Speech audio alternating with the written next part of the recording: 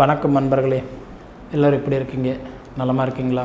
நான் பாரம்பரிய ஜோதிடர் ரவிக்குமார். இப்போ நாம் பார்க்கக்கூடியது இன்றைக்கி பார்த்திங்கன்னா ஏப்ரல் மாதத்துக்கு உண்டான ராசி பலன்களை பற்றி தான் இந்த காணொலியில் பார்த்துட்ருக்குறேன். ஏப்ரல் மாதம் பிறக்கக்கூடிய தருணம் பார்த்திங்க அப்படின்னா கரெக்டாக ஏப்ரல் மாதம் 1ஆம் தேதி திங்கட்கிழமை அதிகாலையில், அதாவது பார்த்திங்க அப்படின்னா மூலம் நட்சத்திரம் 1ஆம் பாதத்தில் தனுசு ராசியில் தனுசு லக்னத்தில் கேது பகவானுடைய திசையில் 242 டிகிரியில் தாங்க இந்தவுடைய ஏப்ரல் மாதம் 1ஆம் தேதி பிறக்கப்படுது. அப்படி பிறக்கக்கூடிய இந்தவுடைய தருணத்தில் பார்த்திங்கன்னா காலபுருஷ தத்துவத்துப்படி, அதாவது 3ஆவது ராசியான இன்றைக்கி கட்டன்றது மிதுன ராசிக்கு என்னென்ன மாற்றங்களை கொடுக்க போகிறாரு அப்படின்றத பற்றி தான் இந்த காணொலியில் இப்போ பார்த்துட்ருக்குறோம்.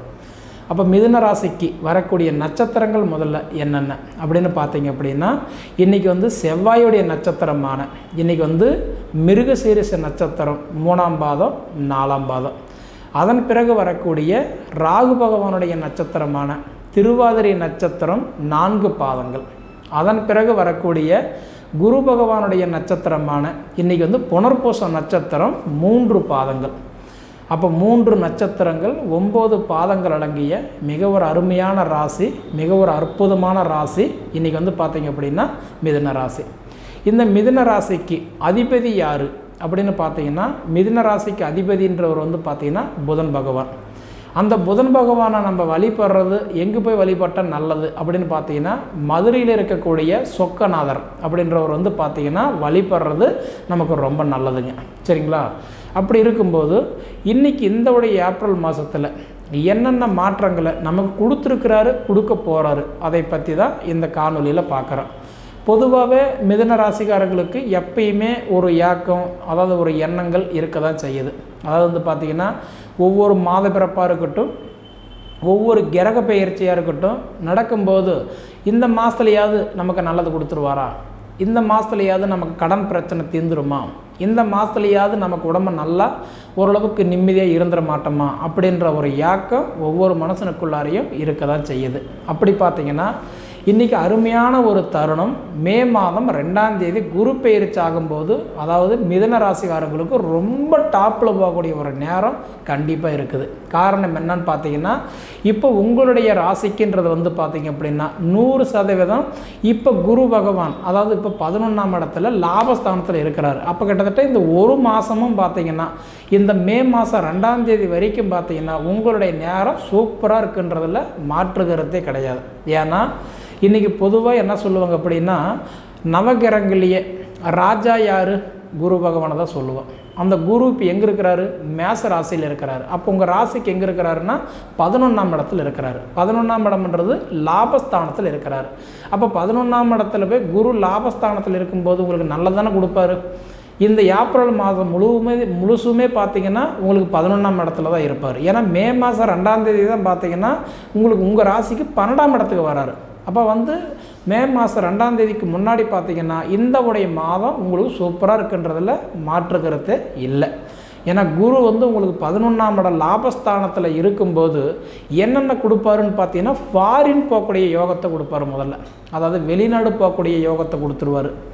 2வது அரசாங்க வேலை கண்டிப்பாக எதிர்பார்த்து ட்ரை பண்ணிகிட்ருக்கிறவங்களுக்கு வாய்ப்பு கொடுத்துருவார். 3வதுன்றது பார்த்திங்கன்னா விளையாட்டுத்துறையில் ஆர்வமாக இருந்து நான் சாதிக்கணும்னு இருக்கிறேங்க, என்னால் முடியுமா அப்படின்னு நினைக்கிறவங்களுக்கு விளையாட்டுத்துறையில் ஒரு லாபகரமான விஷயத்தை கொடுத்துருவார். அப்போ இதையும் தாண்டி பார்த்திங்கன்னா குரு பகவான் 11ல் இருக்கும்போது உங்களுக்கு அரசியலேயே நல்ல ஒரு ஈடுபாடு கொடுத்துருவார். அப்போ இந்த 4 விஷயங்களும் பார்த்திங்கன்னா உங்களுக்கு கண்டிப்பாக ஓரளவுக்கு நல்லா இருக்குன்னு சொல்கிறதுல மாற்றமே கிடையாது. சரிங்களா?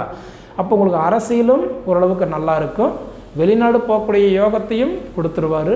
3வது பார்த்திங்கன்னா அரசாங்க வேலையும் கொடுத்துருவார். 4வது கலைத்துறையில் சாதிக்க நினைக்கிறவங்களுக்கு நல்ல யோகத்தை கொடுத்துருவார். காரணம் என்னென்னா இது 4மே உங்களுக்கு குரு 11ஆம் இடத்துல இருக்கிறதுனால கண்டிப்பாக சொல்கிற கொடுத்தே தீர்வாருன்றதில் மாற்றுகிறது கிடையாது.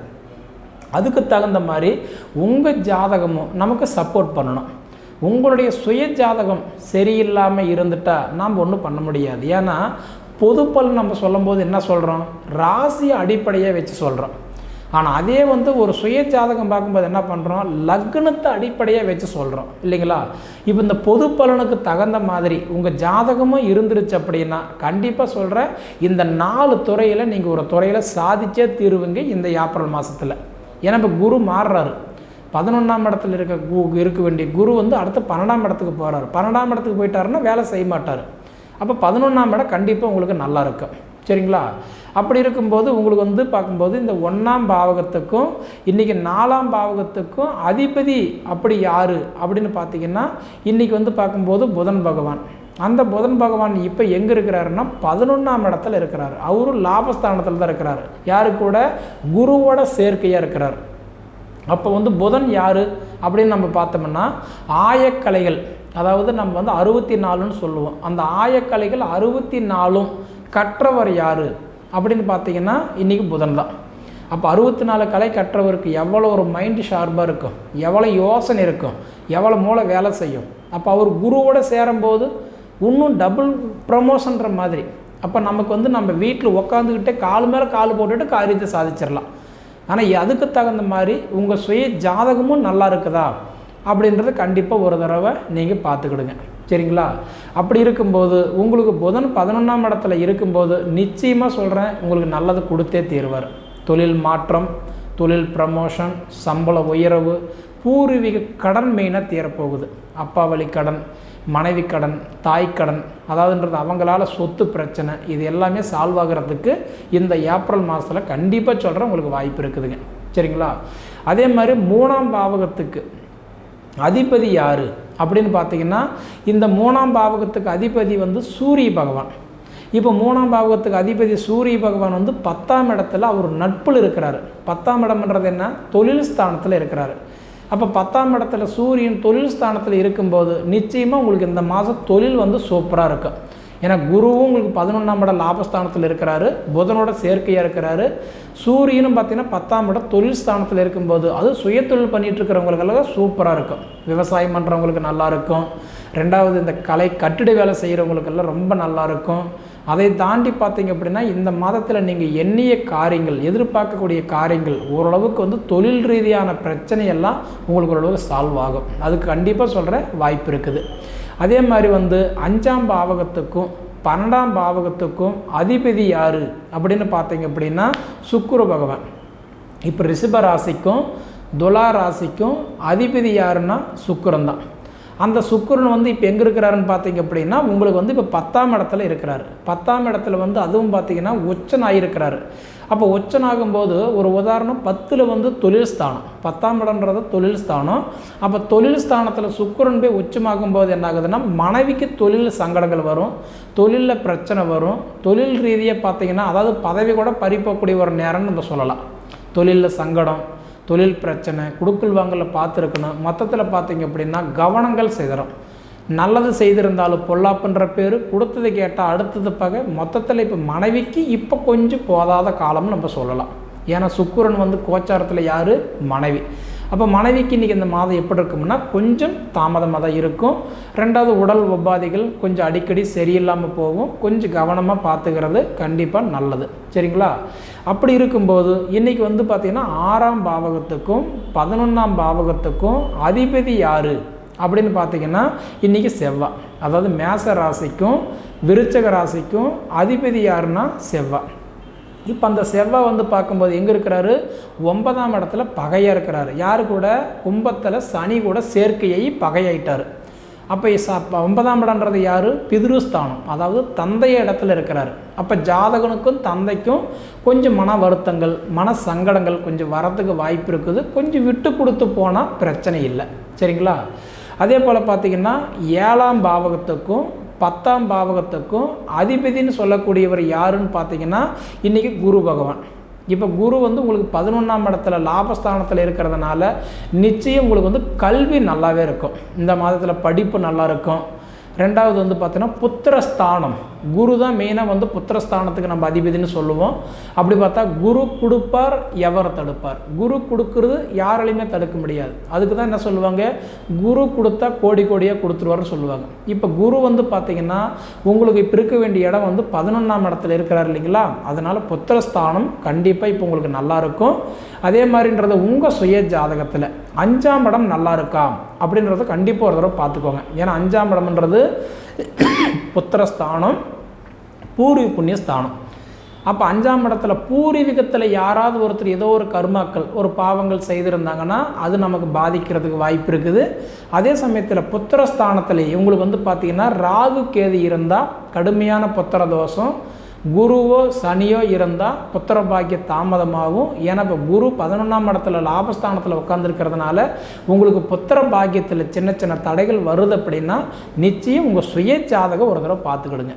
ஏன்னா உங்கள் சுய ஜாதகத்தில் 5ஆம் இடம் நல்லா இல்லை அப்படின்னா நிச்சயமாக நீங்கள் வந்து தங்கம் சம்பாதிச்சாலும் தவிட்டு பொடியாகும், மாணிக்க சம்பாதிச்சாலும் மத்தியான செலவாகும், வெள்ளி வந்தாலும் விரயமாகும், மாடு கறக்க போன குடிக்கு இப்போ கரெக்டாக தான் இருக்கும். ஏன் 5ஆம் இடம் ஒன்றும் நல்லா இல்லை அப்படின்னா கண்டிப்பாக வந்து பார்த்தோன்னா முன்னோர்கள் சொல்லியிருக்கிறாங்க, தேனெல்லாம் பூசி தெருவெல்லாம் உரண்டினாலும் ஒற்றை மண்ணு தான் ஒட்டுன்ற மாதிரி எவ்வளோ தான் சம்பாதிச்சாலும் நம்ம ₹1 கூட கையில் நிற்காது.